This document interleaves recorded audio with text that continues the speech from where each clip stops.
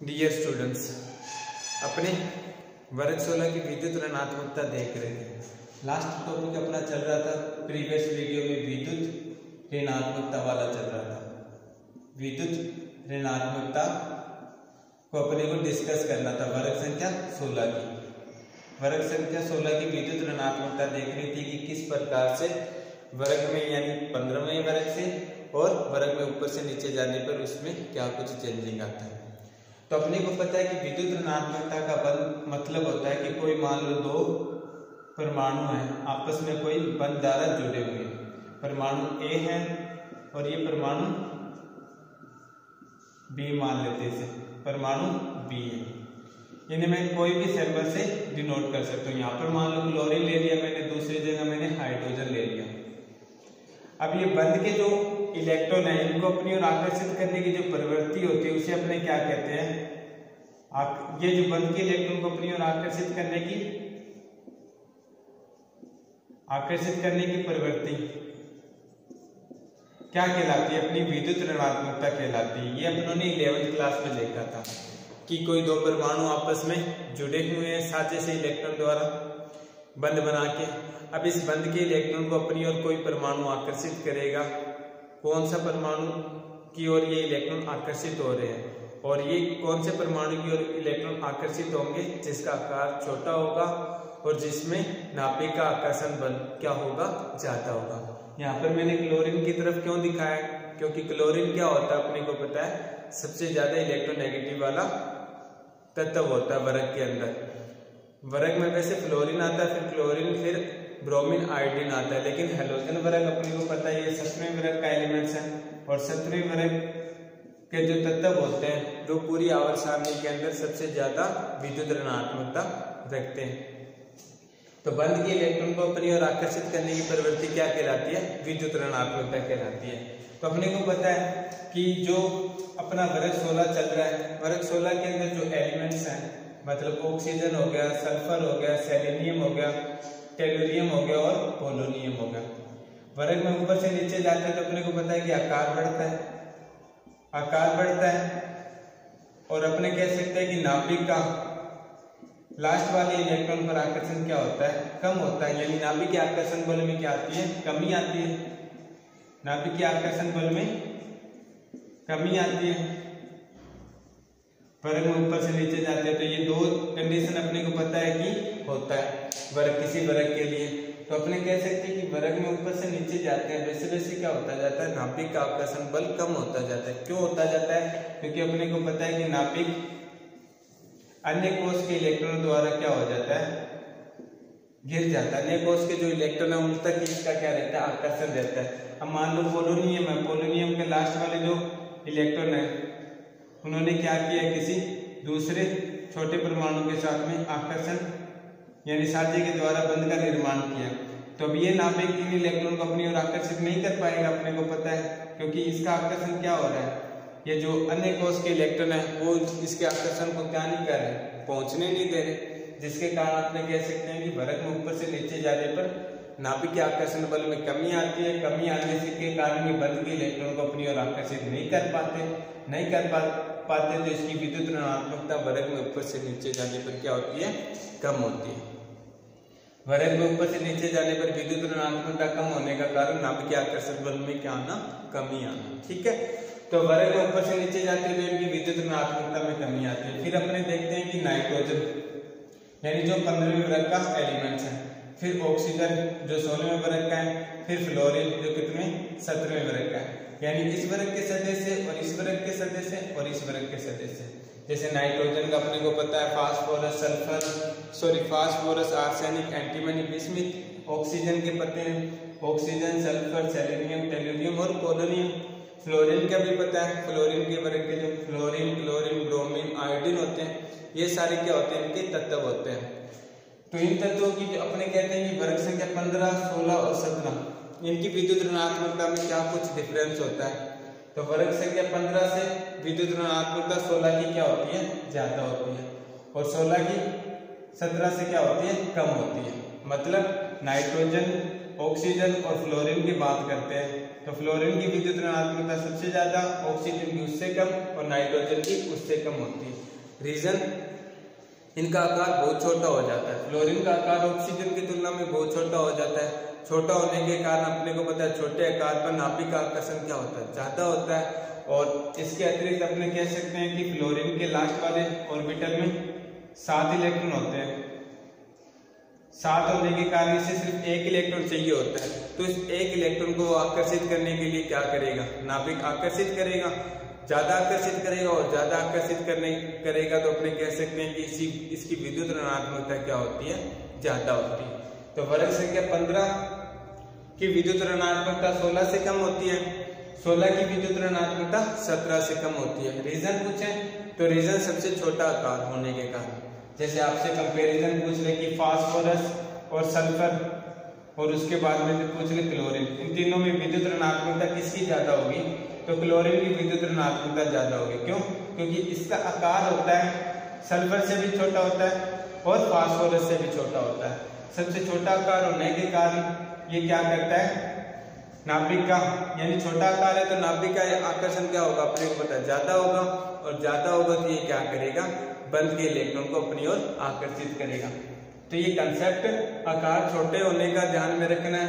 और छोटा आकार होने का मतलब नाभिक का आकर्षण ज्यादा, और वर्ग में ऊपर से नीचे जाते हैं तो आकार बढ़ता है तो मतलब नाभिक का आकर्षण बल क्या होता है, कम होता है। कम होने के कारण इनकी जो विद्युत ऋणात्मकता है वो क्या होती है, वर्ग में कम होती है। जबकि बाएं से दाएं, जैसे ये बाएं से दाएं चल रहा है ना, 15वां 16वां 17वां, बाएं से दाएं में क्या होती है, विद्युत ऋणात्मकता बढ़ती है। ठीक है, ये चीज याद रखना। वर्ग 15 की पूछे 16 की कंपैरिजन से, 16 की पूछे 17 की कंपैरिजन से, तो वो उनके छोटे आकार पर बता दोगे कि छोटा आकार है जिसके कारण इनकी विद्युत ऋणात्मकता ज्यादा होती है। उसके बाद में नेक्स्ट टॉपिक आता है अपना electron लब्धि enthalpy. Electron लब्धि enthalpy,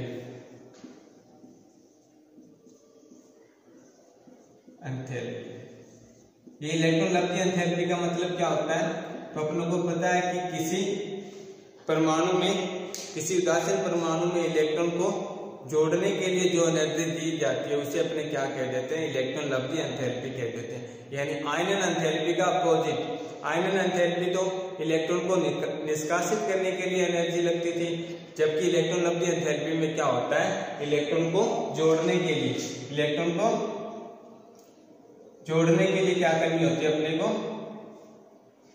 electron जोड़ने के लिए जो एनर्जी देंगे उस ऊर्जा की मात्रा क्या कहलाती है, इलेक्ट्रॉन लब्धि एंथैल्पी कहलाती है। तो इलेक्ट्रॉन लब्धि एंथैल्पी का मतलब जोड़ना होगा। उदासीन का मतलब उदासीन परमाणु में, उदासीन मतलब उसने कोई भी आयन नहीं बना रखा, आयन बना लिया तो भी अपने क्या कर सकते हैं, इलेक्ट्रॉन लब्धि की गणना कर सकते हैं, लेकिन फिर उसे अपने सेकंड इलेक्ट्रॉन लब्धि एंथैल्पी बोलेंगे। फर्स्ट इलेक्ट्रॉन लब्धि एंथैल्पी तो किसी उदासीन परमाणु में होती है, सेकंड इलेक्ट्रॉन लब्धि एंथैल्पी किसी उदासीन होकर वो क्या हो जाता है, आयनित हो जाता है। जैसे ऑक्सीजन को मैंने 1 इलेक्ट्रॉन दे दिया, इस पर चार्ज नेगेटिव, 1 इलेक्ट्रॉन देने के कारण, ठीक है। अब 1 इलेक्ट्रॉन और दूंगा, मानो यहाँ पर 1 इलेक्ट्रॉन जोड़ा है तो जो ऊर्जा आई है उसे अपने किस में, इलेक्ट्रॉन लब्धि एंथैल्पी को अपने ΔH1 में दिखा दिया मानो। फिर सेकंड इलेक्ट्रॉन, 1 इलेक्ट्रॉन और जोड़ने के लिए जो ऊर्जा देंगे उसे अपने क्या बोलेंगे, सेकंड इलेक्ट्रॉन लब्धि एंथैल्पी बोलेंगे, ΔH2 बोल देंगे। ये तो अपने को 11th क्लास में पता था और थोड़ा यहाँ पर अपने रिवाइज कर लिया। इलेक्ट्रॉन लब्धि एंथैल्पी का मतलब इलेक्ट्रॉन को जोड़ने के लिए जो एनर्जी दी जाती है उसका मान ही क्या कहलाता है, इलेक्ट्रॉन लब्धि एंथैल्पी कहलाता है। तो अपने बात करते हैं ऑक्सीजन, सल्फर, सेलेनियम,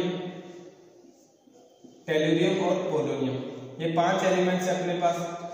अब वर्ग में ऊपर से नीचे जाते हैं तो इलेक्ट्रॉन लब्धि एंथैल्पी का मान क्या होता है, कम होता है या ज्यादा होता है। तो इलेक्ट्रॉन लब्धि एंथैल्पी का मतलब इलेक्ट्रॉन जो आसानी से ग्रहण कर लेता है तो उसे अपने क्या कहते हैं, ऋणात्मक इलेक्ट्रॉन लब्धि एंथैल्पी,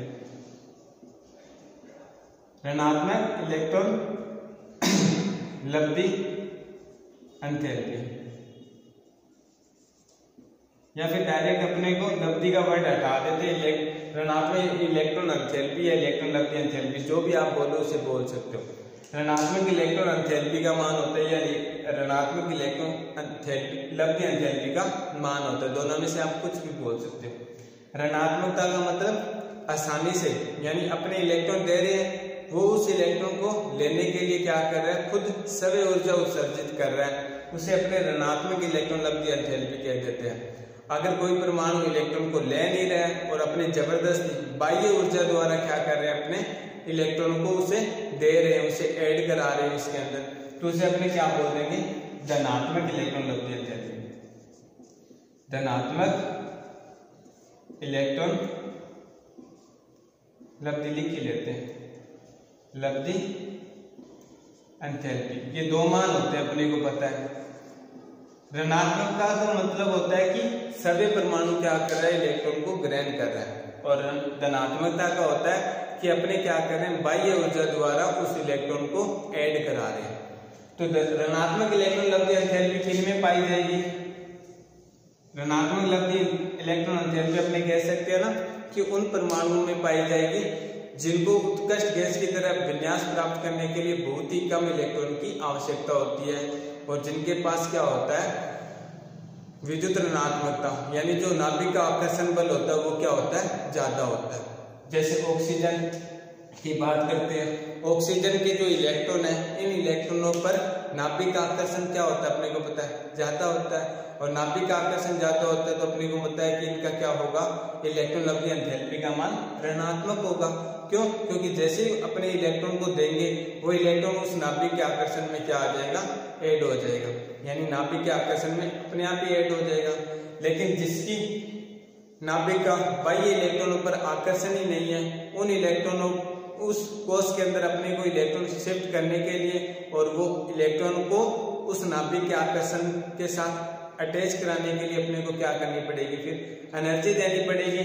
एनर्जी देनी पड़ेगी तो मतलब उसका जो ऋणात्मक इलेक्ट्रॉन लब्धि एंथैल्पी का मान क्या हो जाएगा, कम हो जाएगा। जैसे ये मान लो कोई परमाणु है, एक कोश का परमाणु है, ऑक्सीजन की बात कर रहे हैं अपने, 1 2 3 4 5 6, एक इलेक्ट्रॉन देंगे, इस पर क्या होगा, नाभिक का आकर्षण होगा। इलेक्ट्रॉन का नाम इस जो ऐड कराया अपने ने इलेक्ट्रॉन, यानी जो इलेक्ट्रॉन जोड़ा है उस जोड़े गए इलेक्ट्रॉन पर क्या होगा, नाभिक का आकर्षण रहेगा।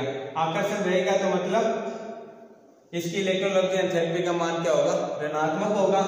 वैसे ही अब अगर अपने पोलोनियम की बात करते हैं तो पोलोनियम का साइज क्या होता है, अपने को पता है, बड़ा होता है। अब बड़ा साइज होने के कारण अब इस लास्ट वाले इलेक्ट्रॉन पर क्या करना है, अपने को इलेक्ट्रॉन ऐड करा है।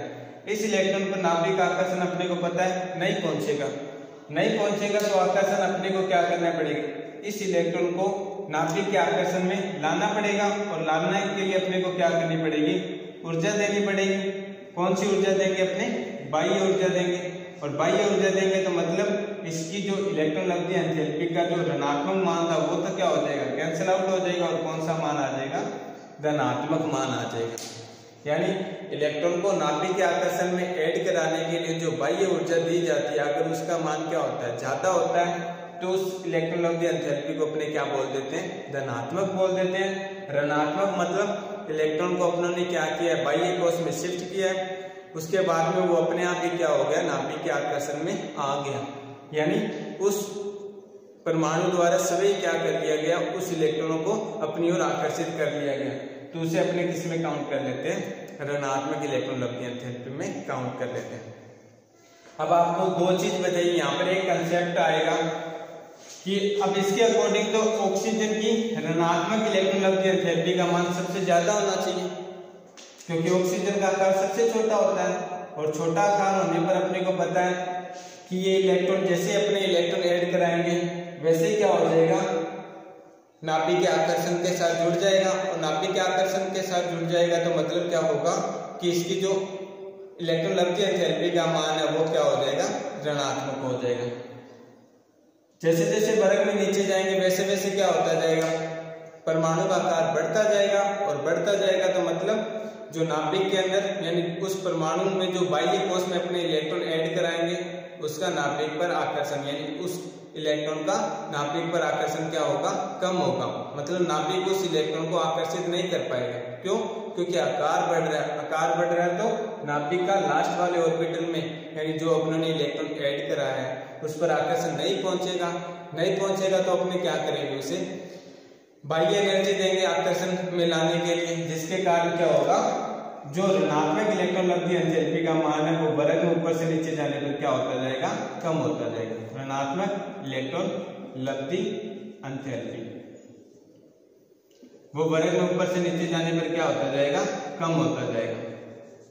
यही कंसेप्ट लगेगा अकॉर्डिंग टू अपने जो ऋणात्मक और धनात्मक इलेक्ट्रॉन लब्धि एंथैल्पी की डेफिनेशन देखी। लेकिन यहाँ पर होता क्या है, ऑक्सीजन की जो ऋणात्मक इलेक्ट्रॉन लब्धि एंथैल्पी का मान है वो सबसे कम होता है। सबसे कम मतलब सल्फर, सेलेनियम, टेलुरियम, पोलोनियम के लास्ट में आता है। लास्ट में आने का इसका एक रीजन है। रीजन इसका ऑक्सीजन का आकार क्या होता है, आवश्यकता से ज्यादा छोटा होता है। आवश्यकता से ज्यादा छोटा होता है। आकार तो क्या होना चाहिए, छोटा होना चाहिए, लेकिन इसका आकार क्या होता है, हो जाता है बहुत ज्यादा छोटा हो जाता है। बहुत ज्यादा छोटा होने के बाद में अपने देखते हैं कि जो इलेक्ट्रॉन अपने ऐड करा रहे हैं ऑक्सीजन के अंदर, वो इलेक्ट्रॉन भी क्या होगा, उस कक्षक में पहले भी क्या होगा, एक इलेक्ट्रॉन प्रेजेंट होगा। और जैसे अपने उस इलेक्ट्रॉन को ऐड कराया तो ये दोनों इलेक्ट्रॉन एक दूसरे को क्या करेंगे, प्रतिकर्षित करेंगे। प्रतिकर्षित करेंगे और प्रतिकर्षित करने के कारण अपने कह सकते हैं कि जैसे अपनों ने इलेक्ट्रॉन को ऐड कराया, आकार छोटा होने के कारण कक्षक भी क्या होंगे, छोटे होंगे। और उस कक्षक में पहले से भी इलेक्ट्रॉन क्या होगा, प्रेजेंट होगा। वो इलेक्ट्रॉन क्या करेगा, जो इलेक्ट्रॉन अपनों ने ऐड कराया उसको प्रतिकर्षित करेगा। और प्रतिकर्षित करेगा तो इस आकर्षण को तोड़ने के लिए अपने को, यानी इस प्रतिकर्षण बल को तोड़ने के लिए बाह्य एनर्जी देनी पड़ेगी, ताकि क्या हो, वो इलेक्ट्रॉन इस कोश के अंदर आसानी से रह जाए। तो बाह्य एनर्जी देने का मतलब इनकी जो विद्युत ऋणात्मक इलेक्ट्रॉन एंथैल्पी का मान क्या हो गया, कम हो गया, क्योंकि अपनों ने एनर्जी दे दी। एनर्जी देते तो वो किसमें काउंट होती है, धनात्मक इलेक्ट्रॉन लब्धि एंथैल्पी में काउंट होती है। तो इसलिए मैंने क्या किया, जो ऋणात्मक इलेक्ट्रॉन लब्धि एंथैल्पी का मान ऑक्सीजन का होना चाहिए था वो नया होकर क्या होता है, बहुत कम ऋणात्मक इलेक्ट्रॉन लब्धि एंथैल्पी का मान होता है। रीजन आवश्यकता से छोटा, ज्यादा छोटा आकार होता है। छोटा आकार होने के साथ साथ में इसके जो कक्षक होते हैं वो भी क्या होंगे, छोटे आकार के होंगे। और छोटे आकार के कक्षक में पहले से जो इलेक्ट्रॉन प्रेजेंट है उसमें अपने क्या करा रहे हैं, इलेक्ट्रॉन को प्रेजेंट करा रहे हैं, ऐड करा रहे हैं। अब इलेक्ट्रॉन को ऐड कराया तो इनके बीच में प्रतिकर्षण हुआ। इस प्रतिकर्षण को तोड़ने के लिए हमें क्या करनी पड़ी, बाह्य एनर्जी देनी पड़ी। इस बाह्य एनर्जी देने के कारण ऑक्सीजन की जो धनात्मक इलेक्ट्रॉन लब्धि एंथैल्पी का मान था वो क्या हो गया, सबसे कम हो गया। अब ऐसे मत कहना कि सर सल्फर का तो फिर सल्फर का ज्यादा होता है, फिर पोलोनियम का तो सबसे ज्यादा आकार बड़ा होता है। तो मैं कह रहा हूँ कि आकार भी क्या होना चाहिए, छोटा होना चाहिए, लेकिन एक छोटा आकार सीमित रूप से होना चाहिए, कि ऐसा ना हो कि उस आकार में क्या होने लग जाए, इलेक्ट्रॉनों का प्रतिकर्षित होने लग जाए। तो ये चीज आप ध्यान रखना आकार के ऑक्सीजन का। उसी प्रकार से जब अपने बात करते हैं फ्लोरीन की और क्लोरीन की, तो अपने को पता है कि विद्युत ऋणात्मक यानी इलेक्ट्रॉन लब्धि एंथैल्पी का मान किसका ज्यादा निकलेगा, इधर भी क्लोरीन का निकलेगा, जो अब अपने सत्र में वर्ग देखेंगे। सेम यही रीजन लगेगा। फ्लोरीन का आकार क्या हो जाता है, सबसे छोटा हो जाता है, आवश्यकता से ज्यादा छोटा होता है। और आवश्यकता से ज्यादा छोटा होने के साथ साथ में फ्लोरीन में क्या होता है, अपने को पता है कि इलेक्ट्रॉन ऐड कराएंगे उसमें पहले से भी एक इलेक्ट्रॉन प्रेजेंट होगा। और ये एक इलेक्ट्रॉन पहले से उपस्थित होने के कारण और कक्षक का आकार छोटा होने के कारण उनमें क्या होंगे, प्रतिकर्षण होगा। और प्रतिकर्षण होने के कारण अपने कह सकते हैं कि ऋणात्मक इलेक्ट्रॉन लब्धि एंथैल्पी का मान क्या होगा, कम होगा। तो ऐसे ही माइंड में देख लेना कि तीसरे वर्ग की तीसरे आवर्त की इलेक्ट्रॉन लब्धि एंथैल्पी का मान क्या होता है, दूसरे आवर्त से ज्यादा होता है। यानी नाइट्रोजन का, अपने नाइट्रोजन के बाद में फास्फोरस आता है, ऑक्सीजन के बाद में सल्फर आता है, फ्लोरीन के बाद में क्लोरीन आता है। तो इलेक्ट्रॉन लब्धि एंथैल्पी का मान ये होता है। उसके बाद में क्या होता जाता है, बढ़ता जाता है। ये नाइट्रोजन का अपने कह सकते हैं कि सबसे लास्ट में दिखा सकते हैं इसके अंदर, ये जहां पर मैंने ऑक्सीजन का लिखा है, ठीक है।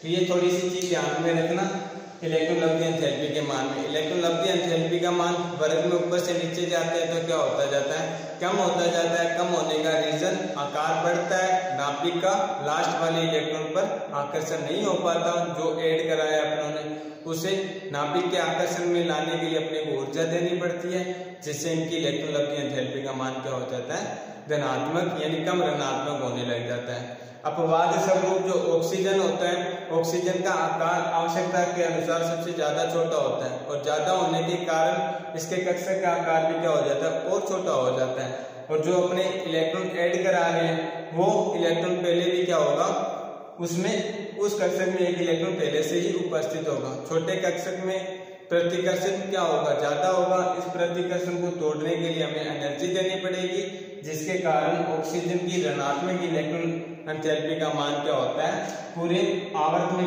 वर्ग में क्या होता है, सबसे कम होता है। ठीक है, ये अपवाद है, ध्यान रखना। उसके बाद में सेकंड आता है अपना वर्ग की बात करते हैं। तो वर्ग की बात करते हैं तो नाइट्रोजन, ऑक्सीजन और फ्लोरीन, यही 15वां वर्ग, 16वां वर्ग और 17वां वर्ग यह चीज होती है। 15वें वर्ग, 16वें वर्ग और 17वां वर्ग, इसमें इलेक्ट्रोलब्धि एंथैल्पी का मान ऋणात्मक किसका सबसे ज्यादा होगा, तो अपने कह सकते हैं कि फ्लोरीन, यानी फ्लोरीन की ऋणात्मक इलेक्ट्रोलब्धि एंथैल्पी का मान ज्यादा होगा किससे, ऑक्सीजन से।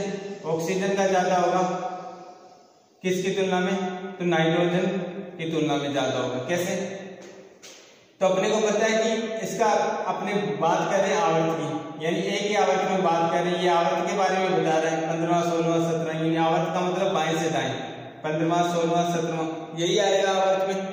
तो 15वें वर्ग में जो आकार है, 16वें वर्ग का जो आकार है, 17वें वर्ग का आकार है, यानी नाइट्रोजन, ऑक्सीजन और फ्लोरीन का जो आकार है, तो सबसे ज्यादा छोटा आकार किसका, फ्लोरीन का। और फ्लोरीन का आकार छोटा होने के कारण ये क्या कर लेता है, इलेक्ट्रॉन को आसानी से आकर्षित कर लेता है। जब अपने अपवाद की बात करते हैं वो वर्ग में बात करेंगे, ठीक है। वर्ग में ध्यान रखेंगे कि वर्ग में ऊपर से नीचे जाते हैं तो फ्लोरीन का आकार सबसे छोटा होने के कारण आवश्यकता से ज्यादा, तो वो क्या कर लेता है, बंद की लेगी, यानी जो इलेक्ट्रॉन ऐड करा है उसको प्रतिकर्षित करता है। लेकिन यहाँ पर अपने को पता है कि इन तीनों का ही आकार क्या है, आवश्यकता से ज्यादा छोटा है, और ज्यादा छोटा है तो इलेक्ट्रॉन ऐड कराएंगे तो ऋणात्मक इलेक्ट्रोलब्धि एंथैल्पी का मान कुछ तो होगा, चाहे अपनी थोड़ी बहुत बाह्य एनर्जी देनी पड़े। तो अपने कह सकते हैं कि जैसे जैसे आवर्त में बाएं से दाएं जाते हैं वैसे वैसे क्या होता जाता है, आकार छोटा होता जाता है। और छोटे आकार में अपने को पता है नाभिक का इलेक्ट्रॉन पर आकर्षण ज्यादा होता है, और नाभिक का इलेक्ट्रॉन पर आकर्षण ज्यादा होने के कारण जो अपने ने इलेक्ट्रॉन ऐड कराया है लास्ट वाले ऑर्बिटल में, उस पर नाभिक का क्या होगा, आकर्षण होगा। आकर्षण होगा तो अपने को कह सकते हैं कि इनकी जो इलेक्ट्रॉन ऋणात्मक इलेक्ट्रोलब्धि एंथैल्पी का मान है वो क्या होगा, ज्यादा होगा। तो सबसे ज्यादा किसकी निकल के आएगी, फ्लोरीन की, फिर ऑक्सीजन की, फिर नाइट्रोजन की। अगर और भी बात करते हैं, अगर नाइट्रोजन के बाद में कौन सा आता है, कार्बन, बोरोन, तो अपने नाइट्रोजन को सबसे लास्ट में ले जाएंगे, फ्लोरीन, ऑक्सीजन, कार्बन, बोरोन और फिर लास्ट में नाइट्रोजन। नाइट्रोजन का सबसे लास्ट में किस लिए दिखाया है, अर्धभरित अवस्था के कारण। अर्धभरित अवस्था के कारण ये क्या नहीं करता, इलेक्ट्रॉन को आसानी से ग्रहण नहीं करता, स्थायी रहने की कोशिश करता है। ठीक है, तो ये थोड़ा सा चीज आप ध्यान रखना। आवर्त में बाएं से दाएं जाते तो इलेक्ट्रोलब्धि एंथैल्पी का मान अधिक ऋणात्मक होता जाता है, वर्ग में ऊपर से नीचे जाते हैं तो कम ऋणात्मक होता जाता है। ऑक्सीजन वर्ग की बात करते हैं, यानी 16वें वर्ग की बात करते हैं, तो 16वें वर्ग में ऑक्सीजन सबसे ज्यादा छोटा होने के कारण जो इलेक्ट्रॉन ऐड कराते हैं उनमें क्या होता है, प्रतिकर्षण होता है, जिसके कारण अपने कह सकते हैं वर्ग में ऑक्सीजन की जो इलेक्ट्रोलब्धि एंथैल्पी का मान है वो सल्फर से कम दिखा सकते हो या फिर सबसे कम दिखा सकते हो। उसके बाद में आते हैं कि भौतिक अवस्था, भौतिक गुणधर्म। भौतिक गुणधर्म, भौतिक गुणधर्म में अपनों ने ये चीज देखा था, ऑक्सीजन, सल्फर, सेलेनियम, टेलुरियम और पोलोनियम। ऑक्सीजन और सल्फर क्या थी, अधातु थी। सेलेनियम और टेलुरियम क्या थी, उपधातु थी। और लास्ट वाली पोलोनियम अपने को पता थी क्या थी, धातु थी। ये साथ में क्या होता है, एक रेडियोएक्टिव तत्व भी होता है, ये साथ में रेडियोएक्टिव तत्व भी होता है। रेडियोएक्टिव तत्व, रेडियोएक्टिव तत्व का मतलब रेडियो एक्टिव तत्व, रेडियोएक्टिव तत्व का मतलब ये अपने में से क्या करते रहते हैं, अल्फा बीटा कणों का निष्कासन करते रहते हैं। अल्फा बीटा गामा कणों का क्या करते रहते हैं, निष्कासन करते रहता है।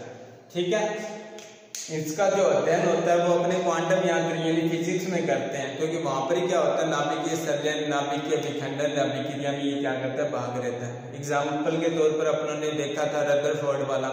रदरफोर्ड कौन से कण का, कौन से रेडियोएक्टिव पदार्थ का यूज कर रहा होता है, तो पोलोनियम, इसी टाइप के फ्रांसियम, ऐसे रेडियोएक्टिव तत्व का वो क्या करता है, यूज करता है। यूरेनियम, थोरोनियम, तो ये सारे क्या है, रेडियोएक्टिव तत्व है।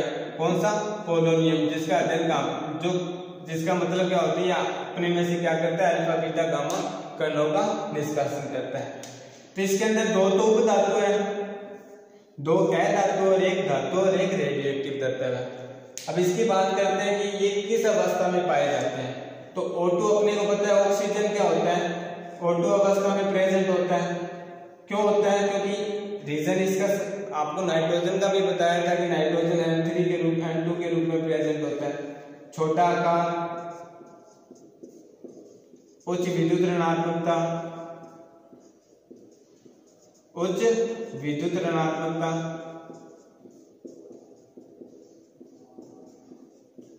और अपने कह सकते हैं डी कक्षकों की अनुपस्थिति, डी कक्षक की अनुपस्थिति, और लास्ट अपने कह सकते हैं बहुबंध बनाने की प्रवृत्ति, बहुबंध बनाने की प्रवृत्ति। इसके कारण ऑक्सीजन होता है वो अपने को पता है O डबल बॉन्डिंग O के रूप में पाया जाता है, इसी रूप में पाया जाता है। यानी जो पृथ्वी की अर्थ क्रस्ट में कितनी मात्रा में प्रेजेंट है, 46.6% मात्रा में प्रेजेंट है, तो वो किस रूप में प्रेजेंट है, O2। O2 का मतलब एक गैस के रूप में प्रेजेंट है। ये द्विपरमाणिक गैस के रूप में क्या होता है, पृथ्वी के रूप में पाया जाता है। द्विपरमाणिक अणु, द्विपरमाणिक है क्योंकि ऑक्सीजन का एक परमाणु दूसरे ऑक्सीजन के एक परमाणु के साथ कितने, दो परमाणु हो गए, दो, इसलिए क्या किया गया अपनों ने द्विपरमाणिक अणु बोल दिए थे। यानी ऑक्सीजन है वो द्विपरमाणिक अणु के रूप में पृथ्वी में प्रेजेंट है, जबकि अन्य सभी क्या रहते हैं, अष्टक परमाणु के रूप में, यानी S8 हो गया, सेलेनियम 8 हो गया, टेलुरियम 8 हो गया, इस रूप में पाया जाता है।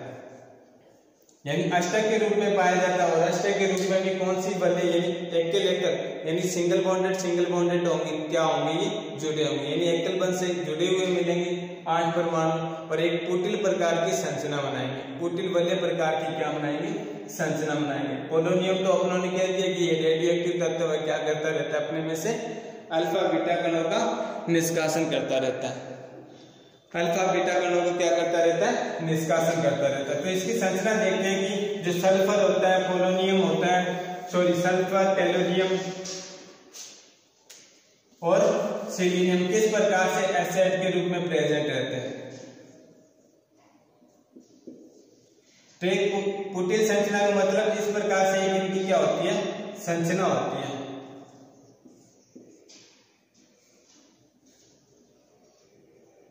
1 2 3 4 5,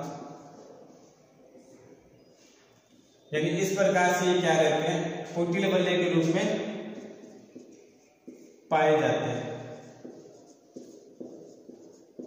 ये इनकी कुटिल बल्ले संरचना होती है। आपस में सभी क्या है, सिंगल बॉन्डेड जुड़े हुए हैं, एक एक बंध से क्या है, जुड़े हुए हैं, एक एक सिग्मा बंध से क्या है, इसे क्या बोल सकते हैं, सिग्मा बंध से क्या है, ये जुड़े हुए मिलेंगे। जबकि ऑक्सीजन में अपनों ने देखा था कि एक तो सिग्मा बंध था और एक पाई बंध था। और ये कौन से, द्विपरमाणिक गैस के रूप में, यानी द्विपरमाणु अणु के रूप में, और अणु कौन सी, गैसीय अवस्था में होते हैं। और ये अष्टक के रूप में है, मतलब 8 परमाणु का एक जोड़ा हुआ जो कुटिल बल्ले की संरचना में जुड़ा हुआ मिलेगा।